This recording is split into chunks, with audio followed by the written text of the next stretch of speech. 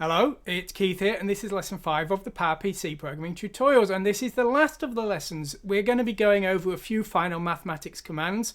These are the more rare ones. We're going to be looking at carries. That's not rare on 8-bit systems, but it's not something you're going to need on a system with a 32-bit processor. We're also going to look at some other commands relating to using the carry flag, and we're going to be looking at the more advanced math commands, the multiply commands, which are very useful indeed, the divide commands, and a few final weird commands that you might not need on the GameCube, but you may need on other systems. Just depends on what system you're programming and how you're programming it.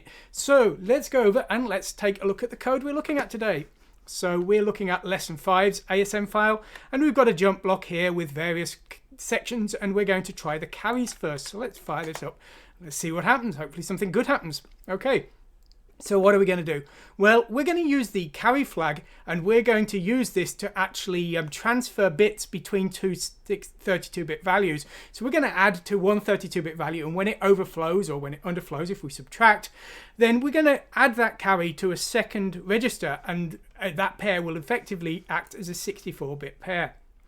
Now, the carry flag on the PowerPC, it actually appears in the XER register, and it's going to be the bit numbered bit 2 in IBM or numbering, so the second from the top. So this one for 0, 1, 2, so that's the third from the top, CA there. That would be number 29 in any other processor's bit numbering, and that is the carry flag. So that is the one that actually is being used here when we are combining these two registers. So what we're going to do is we are going to load R4 with a test value, and this is going to be a very high test value, a large number of F's and then a C, so very nearly reaching the limit of a 32-bit register there. We're going to load R3 with the value 1 here, and that's going to basically be the high part of the pair. So R3 is the high part here, and R4 is the low part, and we're setting R4 to be almost full so that we can see it overflow and increase R3 by 1 when it does. Now, what we're going to do here, this time we're actually going to add an immediate with carry, and so we're adding 1 as an immediate here to R4 and storing the result in R4. But if we preferred, we could use R6 as that carry part. So we're loading R6 with 1 here. Now, when it comes to the high part, we want to add that carry to that high part. And so again, we have basically two options. We can use add with extend, and we can add the register R5 to R3 and store the result in R3. And so preempting that, we're loading R5 with 0 here. But rather than do that, if we actually don't want to add any other value to this high part of the 64-bit, we just want to add the carry, we can use add to 0 with extend. And so this will add R3 plus 0 plus the extend bit and store the result in R3. Effectively, this calculation here, add with 0 to extend. That's very handy for this example. So what we're going to do is we're going to run this repeatedly. We're going to run it a total of 8 times. And we're moving that to the count register here, and we are repeating, showing the results after each time. So you can see here we're repeatedly adding 1 to R4, and while R4 is not overflowed, you can see R3 remains unchanged. R3 is being changed by this command, R4 is being changed by this command. Now, when R4 overflows and resets back to 0, this will cause a carry. So that is when the flag, this CA flag, will be set here. And then when we do our add ZE, this now adds that carry to the high part in R3, and you can see that goes up to 2, and then everything carries on as before. So what we've done here is effectively use these two 32-bit registers via the carry flag in the XER register, and we're now treating them as 64 bits, and this pair together is effectively adding values together. Now, as I say, if we don't want you to use the immediate and we don't want to use the add ZE command, we can just comment these out here, and we can run again. Now you can see here we're actually getting the exact same result, which is good because that's what it should do. But why would we want to do this? Well, of course, the benefit of this really is that this allows us to basically add larger numbers. So we can add a 64-bit number to a 64-bit number with that carry. So for example, if I change this to 0x10 and I run again, we can now see that we've got this value here, and we're repeatedly adding 1, 0 now to the top part as well as 1 to the bottom part, and then when the bottom part overflows, that carry is added, and so now we're adding a full 64-bit number to a full 64-bit number, and that's why we may want to use these these full versions rather than the immediate versions. It just depends what you're trying to do here. So that's the addition example. What about subtraction? Well, we can do the same. You may remember that the subtract command is subtract from, and this works in the reverse way that I would expect it to. So what we're doing here is we're subtracting R6 from R4 and restoring the result in R4. So this is the first part here, and the R6 is again going to contain the value 1 here. Now, as well as this, we are going to use we can't use subtract 0 extend. It doesn't work right for what we need. So what we are going to have to do here is we're going to have to subtract R5, which it does have the value 0 here, as we've set up here, and we are going to subtract that from the high part of our 64-bit pair there using SuperH. So you can see here we've got basically the reverse version here, and when we go below 0 in R4, 1 is subtracted from the high part here, and we carry on just fine there. Now these are the commands we have to use here. If we look at our command list here, you'll see we have different options for subtract from to add.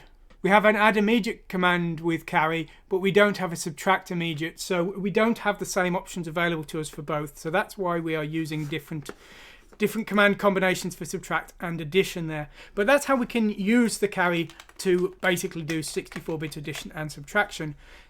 Now the next commands we're going to look at are those weird add to 0 and extend and subtract from 0 with extend, and so we're going to have a look at these. Now these, as I say, apart from the example we just saw there with add to 0 with extend, I don't necessarily see why you'd particularly want these, but they're here, so we're going to discuss them, and I'm sure you can think of lots of great uses that I'm not smart enough to think of. Anyway, let's have a look at what we're going to do. So what we're going to do is we're going to load some test values into R3 and R4. We're going to load the value 5, and we're going to basically set the CA flag here in the XCR register, and we're doing that by loading this value here and transferring it to the XCR register. So that is effectively setting that CA flag. Now we're going to do a variety of commands here. The first one we're going to do is subtract from 0 and extend, and this effectively subtracts R3 from 0, and then it subtracts the inverse of the carry flag. Now we've set the carry flag, but basically the way this command works, that will actually just subtract R3 from 0 and nothing else. So when we've run this here, what we've basically ended up with is this value here, a lot of F's and then a B. And if we get up our calculator, you will see that that value is the value -5. Now, the reason that's happened is because, as I say, we've got the value 5 in R3 here, and we've subtracted R3 from 0, and then we've subtracted the inverse of the carry flag, and we'd set the carry flag to 1 here, but that is now 0 because it's inverted, and so the result in R3 is just the value -5, all those F's and then a B. Now, add to 0 with extend basically just adds the register we specified, R4, plus the value in the flag. Now, the flag is set to 1, and the value in R4 is 5, and so that register has the value 6 here. Now, what we've done next is we've basically done the same again. However, this time we've cleared that CA flag. So we've loaded the value 0 there, we loaded the value 2 there. So that is now means that the CA flag equals 0. Now this time, when we do subtract from 0 with extend, that flag is 0, so we're subtracting an extra 1, and so this time R3 becomes a lot of F's and then an A, which is -6. However, the R4, because we're adding the carry flag and R4 to 0, that becomes 5, because as I say, the carry is clear this time. So that's why that happens. Okay, now those are the 0 extend, and as I say, the add 0 extend is very useful. Now, even stranger, I'm really surprised by these.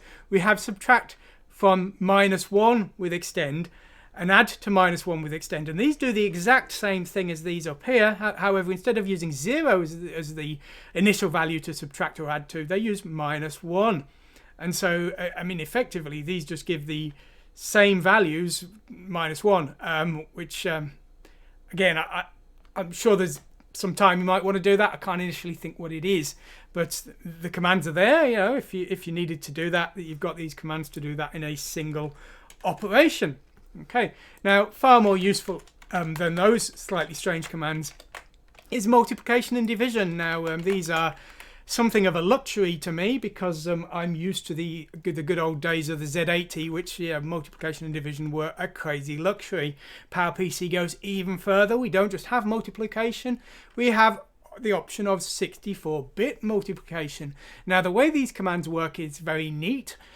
What you can do is you can do these commands in one part if you just need a 32-bit result for multiplication, or two parts if you need 64 bits. Now, like a lot of commands, the multiplication, we do have to use different commands or different combinations if we're doing signed or unsigned multiplication. So let's see how these actually work. Okay, so what we're going to do here is we are going to basically firstly treat these as signed numbers, and then we're going to do it again, but we're going to treat them as unsigned, because the result we will get will vary depending on what our registers are to be considered. Are they to be considered signed numbers or unsigned numbers? So what are we going to do? Well, basically what we're going to do is we are going to load R6 with a value that's a very nice clear value to see the results. So we're going to load this with 1000 in hexadecimal there, and the R5 register we're going to load with 876543221. Now this could be considered a negative number, or it could be considered a high positive number, just depending on if we're signed or unsigned, and the first time we're going to consider them to be signed. Now what we're going to do is we're going to multiply R5 by R6, and we're going to calculate the 64-bit result, the low part in R4 and the high part in R3. Okay, now this is basically our starting position here. There's our test value there, and R3 and R4 both contain 0. And then we're going to calculate the low part with multiply low word here. And we're going to basically say R4 equals R5 times R6. Now that's the low part in R4. Now that is actually going to work fine for signed or unsigned numbers. That part won't have any problem irrespective of the sign. However, for the high part of the 64-bit result, we need to make sure we use the right command. Multiply high word here will treat these numbers as signed, so we need to make sure that is correct. Now in this case, that's what we're going to do. So once we've multiplied our 876543221 by 1000 here, we will have the result as a result of these two commands in R3 and R4, with R4 being the low part. Now you can see here we've got 876543221, and that has been basically shifted along by 3 nibbles because we've multiplied by this value here. And you can see here that because that was a negative number, if it's to be treated as signed, all of the extra bits, if you will, have been set to ones here, and so that has got a high part there of lots of F's, and that's because we've treated it as a signed number because we've used those two commands. If we want to consider it to be an unsigned number, well, the low command is the same, but we need to use multiply high word unsigned here. The command works in exactly the same way, and this time you will see the bottom part is still 543210 in both cases, so it really didn't matter whether we were treating them as signed or unsigned numbers for this multiply low word command, but how things carry on into the high word does vary depending on whether it's signed or unsigned. And so as you can see here, we've got 876543210, but this time all of the extra bits have been filled with zeros rather than ones. So that's why it's important for our 64-bit numbers whether it's the high part is signed or unsigned. Now we have a command to multiply by an immediate, multiply low immediate here. Now this, we can specify a number here, so we're loading the value 1234 in R5 here, and we're multiplying it by 100 here, and you can see here that R4 has been indeed set to 132400 there. And again, that will work for signed or unsigned numbers, but there is no high equivalent for that command, so we can only do that if we want a 32-bit result. So it just depends what you're trying to do. So that's how we can use multiplication. We also have division options, however these always provide a 32-bit result. So there's no 64-bit division as such. So what we're going to do here is we're going to load our test value 876543221 here into R5 here. We're going to load our R6 with the value 1000 here. Now we've got two commands again depending on if we're signed or unsigned. We've got divide word, which will treat these as signed numbers. And so here we're loading R3 and after dividing those values. So you can see we've got our value here, 8765431. We're dividing it by 1000, and we're treating it as a signed number. So R3 has been, the sign's been preserved. You can see those top three nibbles have all got bits set to 1, so they're FFF. And then we've got our 87655 here, which is the result of dividing this number by 1000 here. Now that's if we treat it as a signed number. Here we've used divide word unsigned, and we've set R4 to the unsigned equivalent, and you can see that has given the value 87654. So that is the unsigned version of that division there. So again, it just depends on if our number is to be treated as signed or as unsigned. And as I say, those are always working in a 32-bit source and a 32-bit destination. So very nice commands there. Now the last set of commands we're going to look at here are, again, a little bit strange. I never needed them in my experimentation here, but it will kind of depend on what you're doing and whether you're using whether the system of your program has an operating system and whether you use it. I always like to avoid using operating systems. I always like to go direct to the underlying hardware where I can. But we're going to discuss these here. Now the first command is one that you need an awful lot on systems that have delay slots, but this system, that's not so much of a problem. So the no operation command is a command that actually does nothing. Now on some systems you would need this as a spacer. On systems where you use self-modifying code, you often put it in and you will change it to other things later on. It's actually a pseudo operation. This is often assembled to the command ORI using register 0 with register 0 and register 0, which has absolutely no effect. So that's often treated as a no-op command. But it's worth mentioning it can be used as a very crude delay if you need to maybe wait a command or two while you're polling a piece of hardware. The hardware takes a very, very small amount of time to update its data before you can read back. You might need to use it in that kind of command. But as I say, worth knowing all the same. Now, a more important one potentially is the SC command. This performs a system call. Now, what that does will entirely depend on the operating system. So I can't really tell you what it does. It doesn't do anything on this system that I'm aware of. But that it is again something that you do need to potentially know about, just depending on the hardware you are programming. Now, as I say, on this system, it doesn't actually seem to do anything. Now, the final commands that we're going to discuss are the traps. Now, these actually perform a comparison. They will compare two values, in this case R3 and R4, and they will trap if any of the conditions are true. Now, we provide a bit mask here, and the conditions are set according to each of these bits. So the leftmost bit would be equivalent to less than signed. The next bit would be greater than signed. The next bit would be equals, then less than unsigned, and then greater than unsigned. So what we're basically saying with this command here is if R3 is equal to R4, then trap. Now, this command here does the same but using an immediate. So this is saying if R3 is equal to, because of this mask here, 1, then cause the trap. Now, again, on this system, I'm not sure what, if anything, the trap actually does. The trap is an operating system call, and this is designed on some systems to trap if there's an error, or you might have an operating system which can do special commands for you. Sometimes it can be used to actually sort of run system functions like updating the screen, things like that. But again, it's entirely hardware specific, so it's not something I needed on this system, but it might be something you do need on your system. Another thing that sometimes you would have is this could be used to check if you're about to do a division by 0, things like that. Might be very handy. Anyway, that's the last of the commands we're going to be covering on the PowerPC, so I hope you've enjoyed this series. As I always say, go to my website, download the source code, the build scripts, and have some fun with it. Now, we're going to be doing some more examples. We're going to look at some basic stuff on the GameCube. I've had to do simple graphics routines and things as part of writing this tutorial series, so we're going to cover how those graphics routines actually work. So if you want to see that kind of thing, please stick around, or just go to the source code and figure it out yourself, because it's already all in there. So anyway, hope you've enjoyed what you've seen today.